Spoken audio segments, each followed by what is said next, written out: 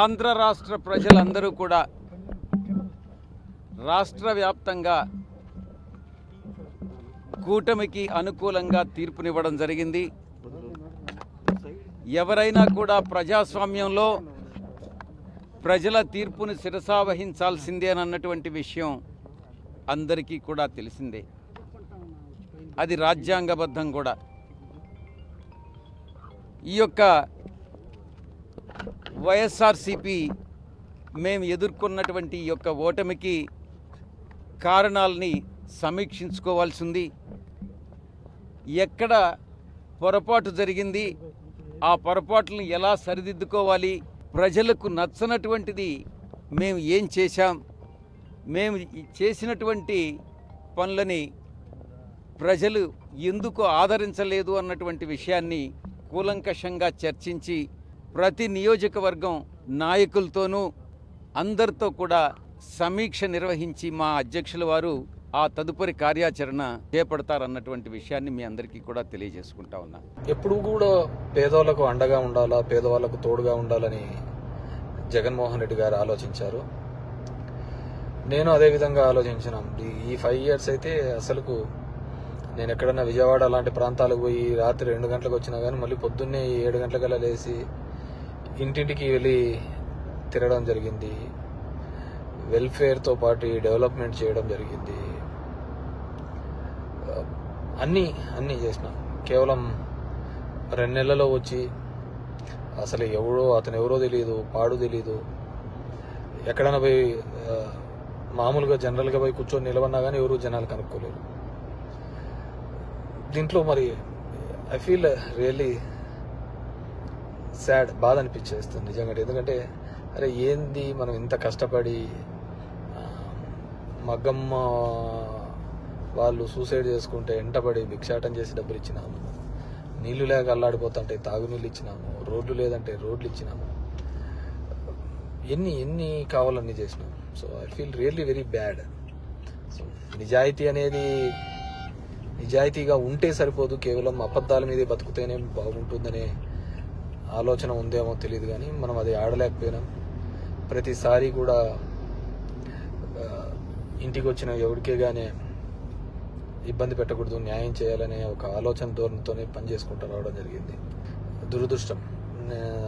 అదే జగన్మోహన్ రెడ్డి కూడా అంతే. మొట్టమొదటిసారి ఒక నాయకుడు పేదవాళ్ళకు మేలు జరగాలి అని ఆలోచించాడు. మేబీ సంక్షేమం ఎక్కువగా చేసి ఉండొచ్చు, ఎప్పుడు లేనంత. అంత మాత్రాన అభివృద్ధి జరగలేదు అనేది మాత్రం అబద్ధమే కదా. మీ గ్రామాల్లో ఉన్న సచివాలయాలు కావచ్చు, హాస్పిటల్స్ కావచ్చు, అసలు అవినీతి లేకుండా జరగడం ఏంది? ఇంతకుముందు ఏ విధంగా ఉండేది, ఇప్పుడు ఏ విధంగా ఉండేది, వాటిని కూడా చూడలేకపోవడము దురదృష్టకరమే అనుకోవాలి. సో ఏదేమైనప్పటికీ కూడా నేను దగ్గర ఒక పోస్టల్ బ్యాలెట్తో చూసుకుంటే 2600 ఎంతతో ఓడిపోవడం జరిగింది. మచిలీపట్నం ప్రజలందరికీ నమస్కారం.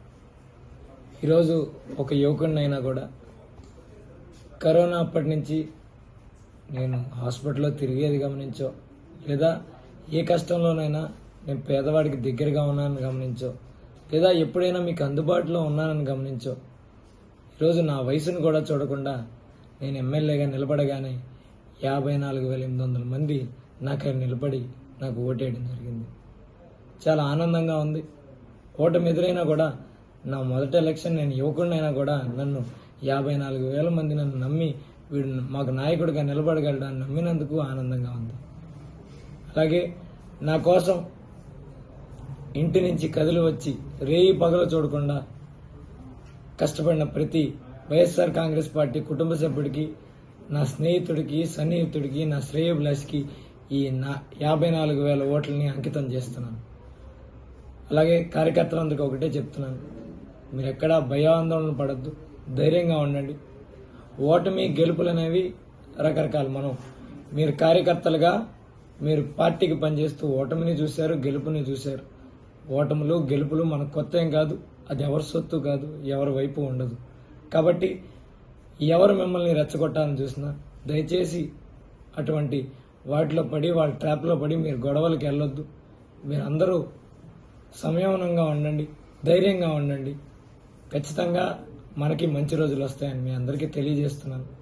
అలాగే గెలిచిన కూటమి అభ్యర్థికి కొల్లు రవీంద్ర గారికి కూడా శుభాకాంక్షలు తెలియజేస్తున్నాను. ఖచ్చితంగా మంచి పరిపాలన మీరు కొనసాగించాలని, పోర్టు పనులు స్పీడ్గా ముందరికి తీసుకెళ్లాలని, మెడికల్ కాలేజ్ పూర్తవడం జరిగింది, మిగిలిన చిన్న చిన్న సౌకర్యాలు ఏమైనా తేడాలుంటే ఖచ్చితంగా వాటిని సరిచేయాలని అలాగే కోరుకుంటూ, ఖచ్చితంగా మీ ప్రభుత్వాన్ని విమర్శించడానికి అయితే మేము నడపం, కానీ మీరిచ్చిన ప్రతి హామీని ప్రజలు ఎంత బాగా గుర్తుంచుకుంటారో మేము కూడా అంత బాగా గుర్తుంచుకుంటామని గుర్తుపెట్టుకోండి. ఖచ్చితంగా సంవత్సరంన్నర లేదా సంవత్సరం సమయం తర్వాత నుంచి మీరు ప్రజలకు ఇచ్చిన ప్రతి హామీని మీకు ప్రజలకి గుర్తు చేస్తూ ఎల్లప్పుడూ ప్రజలకు అండగా ఉంటాం. ఖచ్చితంగా మీరు మంచి చేస్తే మాత్రం మిమ్మల్ని అప్రిషియేట్ చేయడానికి కానీ మేము ముందర ఉంటామని మీకు కూడా తెలియజెప్తూ, ఖచ్చితంగా కార్యకర్తలను ధైర్యంగా ఉండమని కోరుకుంటూ సెలవు తీసుకున్నాను. ఎందుకు ఈ విధంగా ఫలితాలు వచ్చినాయి? ప్రజల్లో వైఎస్ఆర్ కాంగ్రెస్ పార్టీ తరఫున మేము ఏం మిస్ అయ్యాం అనేది నిన్న ఫలితాలు వచ్చిన దగ్గర నుంచి కూడా విశ్లేషించుకుని, ఇంకా రాబోయే కాలంలో కూడా పరిపాలనలో ఏమి లోపం జరిగింది, ప్రజలు ఎందుకు ఆ విధంగా తీర్పునిచ్చారు అనే విషయాన్ని నేరుగా ప్రజల దగ్గరికి వెళ్ళి ఆ ప్రజలతోనే మాట్లాడి తప్పకుండా దీని మీద అధ్యయనం చేసి మళ్ళా రాబోయే కాలంలో ప్రజలకు మంచి సేవ అందించడం కోసం ప్రయత్నం చేస్తామని చెప్పి మీ ద్వారా తెలియజేస్తా ఉన్నాం. ఈ సమాజంలో అంటే స్వతంత్రం వచ్చే దగ్గర నుంచి ఇప్పటి వరకు ఎవరూ చేయలేనటువంటి కార్యక్రమాలు జగన్మోహన్ రెడ్డి గారు చేస్తూ ముందుకెళ్లారు. అంటే ఒక అన్ని సిస్టమ్స్లో కూడా సంస్కరణ తీసుకొచ్చారు. దాదాపుగా రైతుల విషయంలో కానీ, అవ్వాతాతల విషయంలో కానీ, చదువుకునే పిల్లల విషయంలో కానీ, అన్ని విషయాల్లో కూడా ఎన్నో సంస్కరణలు తీసుకొచ్చి ఈరోజు పరిపాలనా వ్యవస్థని ముందుకు తీసుకెళ్తున్నటువంటి క్రమంలో ప్రజలు మరి ఇటువంటి విలక్షణమైనటువంటి తీర్పు ఎందుకు ఇచ్చారో ఒకసారి మేము కూడా ప్రజల దగ్గరికి వెళ్ళి మన నాయకత్వం అంటే ప్రజల మనోభావాల అనుగుణంగానే వెళ్ళాలి, ఆ విధంగా అవన్నీ కూడా విశ్లేషించుకుని ముందుకెళ్తామని చెప్పి కూడా మనవి చేస్తూ ఉన్నాం. అదేవిధంగా పామరు నియోజకవర్గంలో నేను 7.5 సంవత్సరాల క్రితం ఈ ప్రాంతంలో రాజకీయాలకు వచ్చాను. వచ్చి 2.5 సంవత్సరాలు ప్రతిపక్షంలో ఉండి పోరాటం చేసి ప్రజల యొక్క సమస్యల్ని ప్రభుత్వం దృష్టికి తీసుకెళ్ళి ఆ రోజు మళ్ళా నేను ఎన్నికలకు వెళ్ళి శాసనసభ్యుడిని అయ్యాను. నేను 5 సంవత్సరాలు కూడా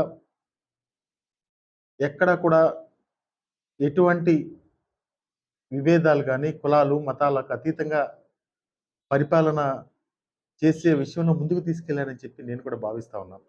కౌంటింగ్ అయిపోయిన తర్వాత, ఎన్నికల లెక్కింపు అయిన తర్వాత ఈ ఆంధ్రప్రదేశ్ రాష్ట్రంలో జరుగుతున్నటువంటి బీహార్ తరహా కిరాతకాలు, బీహార్ తరహా హింసా రాజకీయాలు ఇవన్నీ కూడా గవర్నర్ గారి దృష్టికి తీసుకెళ్తామైంది. ఎన్నికలు ఒక పక్క జరుగుతుంటే ఎన్నికలు సంపూర్ణంగా పూర్తవకుండానే మధ్యాహ్నం నుంచి తెలుగుదేశం పార్టీ గూండాలు ఏ రకంగా ఇళ్లపై దాడులు చేయటం, ఇళ్ళు తగలబెడతాం, ఇంట్లో ఫర్నిచర్ ధ్వంసం చేయటం, మనుషుల్ని కిరాతకంగా కొడతాం, ఇళ్లలోకి వెళ్ళి ఆడవాళ్ళని హింసించటం, కార్లు ధ్వంసం చేయటం, కార్లు తగలబెడతాం, ఆస్తులు నాశనం చేయటం, భయభ్రాంతులకు గురి చేయటం. అంటే తెలుగుదేశం పార్టీ అధికారంలోకి వస్తే ఎర్ర పుస్తకంలో ఏం రాసుకున్నారా అంటే మేము హింస కోసమే, ఈ కక్ష తీర్చుకోవడం కోసమే, మాకు వ్యతిరేకంగా వైఎస్ఆర్ కాంగ్రెస్ పార్టీ ఎవరు జెండా పట్టుకుంటే వాళ్ళనల్లా కిరాతకంగా హింసిస్తాం, వాళ్ళ ఆస్తులు ధ్వంసం చేస్తాం అనేటువంటి దానికోసమే అధికారంలోకి వచ్చినట్టుగా ఇవాళ వాళ్ళు ప్రవర్తిస్తున్నారు. ఇవన్నీ గవర్నర్ గారికి చెప్పినప్పుడు ఆయన ఆశ్చర్యపోయారు. ఏంటి ఇంత కిరాతకంగా జరుగుతుంటే పోలీసు పట్టించుకోవట్లేదా అని చెప్పినారు. వాస్తవం సార్, ఇది ఒక్క ఎఫ్ఐఆర్ కూడా నమోదు కావట్లేదు. వెళ్ళి పోలీస్ కంప్లైంట్ ఇచ్చినా, ఫోటోలతో వీడియోలతో ఇచ్చినా కూడా ఆ వీడియోలన్నీ కూడా గవర్నర్ గారికి ఇవ్వడం జరిగింది. ఇంకా ఎక్కడెక్కడైతే జరుగుతున్నాయో అన్నీ చెప్పడం జరిగింది. ఆఖరికి ఈరోజు మీతో మాట్లాడటానికి వచ్చే ముందు కూడా నూజివీడులో ఒక కౌన్సిలర్ని నడి బజారులో పట్టపగలు స్టాబింగ్ చేయడం జరిగింది. కత్తులతో వెంటపడి పొడవటం జరిగింది. తన ధైర్యాన్ని, తన సిద్ధాంతాలని పెట్టుబడిగా పెట్టి తన కష్టంతో రాజకీయాల్లో పైకొచ్చారు. రాజకీయాల్లో కింద పడడం, పైకి లేవడం, లేచిన వాళ్ళం మళ్ళీ కిందకు పడడం, మళ్ళీ పైకి లేవడం అనేది చూస్తూనే వచ్చాం. అయితే బహుశా మరి అనుభవం లేమా, లేకపోతే ఇంకా రాజకీయాల్లో చాలా తెలుసుకోవాల్సింది, చూడాల్సింది చాలా ఉందా అనేది ఖచ్చితంగా ఈవేళ ప్రశ్నించుకోవాల్సినటువంటి అవసరం కనిపిస్తూ ఉంది. వాస్తవానికి 2014లో విడిపోయిన ఆంధ్ర రాష్ట్రం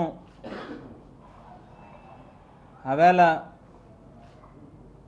చంద్రబాబు నాయుడు గారిని నమ్మి ఆయన ఏదైతే 650 వాగ్దానాలు ఇచ్చారో వాటన్నిటినీ చేసి చూపిస్తాడు అనేటువంటి విశ్వాసంతో ఏ 3 రాజకీయ పార్టీలు అయితే ఈవేళ ఈ ఎన్నికల్లో మరోసారి ప్రజల దగ్గరికి వచ్చి ఓట్లు అడిగినాయో అదే 3 రాజకీయ పార్టీలు ఆవేళ 2014లో కూడా వస్తే ప్రజలు నమ్మి అవకాశం ఇచ్చారు. రైతుల రుణాలని మాఫీ చేస్తానని, డ్వాక్రా అక్కచెల్లెమ్మల రుణాలని బేషరతుగా మాఫీ చేస్తానని, ఇంటికో ఉద్యోగం ఇస్తామని, నిరుద్యోగ భృతి 2000 రూపాయలు ఇస్తామని, ఇల్లు లేని ప్రతి నిరుపేదకి కూడా ఇల్లు ఇస్తామని, కాపుల్ని బీసీల్లో చేరుస్తామని, ఏడాదికి 1000 కోట్ల రూపాయలు చొప్పున 5 ఏళ్లలో 5000 కోట్ల రూపాయలు కాపుల సంక్షేమం కోసం వెచ్చిస్తామని, ఇటువంటి అనేక వాగ్దానాలు ఇచ్చిన వాగ్దానాలని ఏ మేరకు నెరవేర్చారు అనేటువంటిది మనందరికీ కూడా తెలుసున్నటువంటి విషయం. అందరికీ నమస్కారం. కూటమికి సారథ్యం వహించి విజయం సాధించినటువంటి చంద్రబాబు నాయుడు గారికి, అదేవిధంగా జనసేన పార్టీ అధ్యక్షులు పవన్ కళ్యాణ్ గారికి, బీజేపీ అధ్యక్షురాలు పురంధరేశ్వర్ గారికి శుభాకాంక్షలు తెలియజేస్తున్నా. ముఖ్యంగా పవన్ కళ్యాణ్ గారు సుదీర్ఘ నిరీక్షణ తర్వాత ఎమ్మెల్యే కావడం, మంచి విజయాన్ని అందుకున్నటువంటి పవన్ కళ్యాణ్ గారికి నా హృదయపూర్వక శుభాకాంక్షలు తెలియజేస్తున్నా. అదేవిధంగా గత 2 రోజుల నుంచి చూస్తూ ఉన్నాం, జగన్మోహన్ రెడ్డి గారిని ప్రజలు ఆదరించలేదు. అందుకనే ఆయనకి ఓటమి వచ్చింది. కేవలం 11 స్థానాలకే పరిమితం అయ్యారు. భారీ మెజార్టీలు కూటమి అభ్యర్థులకి వచ్చాయని చాలామంది మళ్ళీ విష ప్రచారం, చెడు ప్రచారం చేస్తూ ఉన్నారు. ఇందులో వాస్తవం లేదు. జగన్మోహన్ రెడ్డి గారు ప్రజల కోసం ప్రవేశపెట్టినటువంటి సంక్షేమ పథకాల్లో చాలా వరకు ప్రజలు సంతృప్తి చెందారు. జగన్మోహన్ రెడ్డి గారి వెనక ప్రయాణం చేస్తూ ఉన్నారు. జగన్మోహన్ రెడ్డి గారిని ఆదరించారని నేనైతే వ్యక్తిగతంగా భావిస్తూ ఉన్నా. ఈ రోజున మనందరికీ తెలుసు, తెలుగుదేశం పార్టీకి వచ్చినటువంటి ఓట్ల శాతం 45.6, వైఎస్ఆర్సీపీ పార్టీకి వచ్చిన ఓట్ల శాతం 40% ఓట్లు వచ్చినాయి. అంటే ఈ రాష్ట్రంలో ఈ 2 ప్రధాన పార్టీలకి మధ్య ఉన్న వ్యత్యాసం కేవలం 5.5%. కేవలం 5.5% మాత్రమే. కానీ చాలామంది జగన్మోహన్ రెడ్డి గారికి ఏదో ప్రజల నుంచి ఆదరణ లభించలేదని మాట్లాడుతున్నారు. ఇది కరెక్ట్ కాదు. వైఎస్ఆర్సీపీ పార్టీ ఎలక్షనీరింగ్ చెయ్యకపోవడం వలన, నాయకుల మధ్య సమన్వయం లేకపోవడం వలన కేవలం 5,000 నుంచి 12-13,000 ఓట్ల వ్యత్యాసంతో 88 స్థానాల్ని కోల్పోయింది. 5,000 నుంచి 12-13 వేల ఓట్లు గనక 88 నియోజకవర్గాల్లో సాధించుంటే ఖచ్చితంగా 88కి 11 కలుపుకొని 99 అంటే 100 నియోజకవర్గాలు గెలుచుకొని జగన్మోహన్ రెడ్డి గారు మళ్ళీ ముఖ్యమంత్రి అయ్యేవాళ్ళు. ఎప్పుడు జరగని విధంగా మేనిఫెస్టో అంటే ఒక చెత్తబుట్టలో పడేసే డాక్యుమెంట్ కాదు. ఒక మేనిఫెస్టో అంటే ఒక బైబిల్ అని, ఒక ఖురాన్ అని, ఒక భగవద్గీత అని మొట్టమొదటి రోజు నుంచి కూడా భావిస్తూ ఏకంగా 99% వాగ్దానాలు అమలు చేసి అంతే చిత్తశుద్ధితో ఆ మేనిఫెస్టోను కూడా అక్క చెల్లెమ్మల ఇంట్లోకి తీసుకొని వెళ్ళి చూపించి మీరే టిక్కు పెట్టండి అనే నిబద్ధత గల ప్రభుత్వంగా పనిచేసాం. ఇప్పుడు జరగని విధంగా పిల్లల చదువులు పేదరికం పోవాలి అని అంటే పిల్లల చదువులకు క్వాలిటీ ఎడ్యుకేషన్ అవసరం అని మొట్టమొదటిసారిగా ఇంగ్లీష్ మీడియంను వ్యతిరేకిస్తున్న వాళ్ళందరూ పెత్తందారులతో యుద్ధం చేసి సైతం పిల్లలకి ఇంగ్లీష్ మీడియం తీసుకొని రావడమే కాకుండా టోఫుల్ ఐబీ లాంటి కళలు కూడా కలం. ఆ పేద పిల్లలకు అండగా నిలబడాలని, తోడుగా ఉండాలని, వారి చరిత్రలు మార్చాలని ఎప్పుడు చూడని విధంగా గ్రామ స్థాయిలోనే సచివాలయ వ్యవస్థ, వాలంటీర్ల వ్యవస్థ తీసుకొచ్చి ప్రతి ఇంటికి సేవలు అందించే కార్యక్రమం చేశాం. వివక్ష లేకుండా, కరప్షన్ లేకుండా దాదాపుగా 2,70,000 కోట్ల రూపాయల పైచిలకు ఇంటి వద్దకి అందించగలిగాం. ఇప్పుడు చూడని మార్పులు తీసుకురావడమే కాకుండా ఒక చదువుల రంగం అయితేనేమి, ఒక విద్యారంగం, ఒక వ్యవసాయ రంగం అయితేనేమి, ఒక వైద్య రంగం అయితేనేమి ఏ పేదవాడు ఎప్పుడూ ఇబ్బంది పడకూడదు అని ఎప్పుడు ఊహించని విధంగా మార్పులు తీసుకొస్తూ పేదవాడికి అండగా నిలబడగలిగాం. ఎవరో మోసం చేశారో, ఎవరో అన్యాయం చేశారో అని చెప్పి అనొచ్చు, కానీ ఆధారాలు లేవు. ఏం జరిగిందో దేవుడికి తెలుసు. పెద్ద నేనైతే చేయగలిగింది ఏమీ లేదు. ప్రజల తీర్పు తీసుకుంటాం, కానీ మంచి చేయడానికి మాత్రం ప్రజలకు తోడుగా ఖచ్చితంగా ఉంటాం. వాయిస్ ఆఫ్ ది వాయిస్లెస్ కింద ఈ పార్టీ తాను చేయాల్సిన పని తప్పకుండా చేస్తుంది. పేదవాడికి అండగా ఉండే కార్యక్రమంలో ఎప్పుడూ కూడా పేదవాడికి తోడుగా ఉంటూ గలం విప్పుతుంది, పేదవాడికి అండగా నిలుస్తుంది. పెద్ద పెద్ద వాళ్ళ కూటమి ఇది. ఢిల్లీలో సైతం శాసించే పరిస్థితుల్లో ఉన్న కూటమి ఇది. ఆ కూటమిలో ఉన్న బీజేపీకి, ఆ కూటమిలో ఉన్న చంద్రబాబు గారికి, ఆ కూటమిలో ఉన్న పవన్ కళ్యాణ్ గారికి అందరికీ కూడా వాళ్ళ గొప్ప విజయానికి అభినందనలు.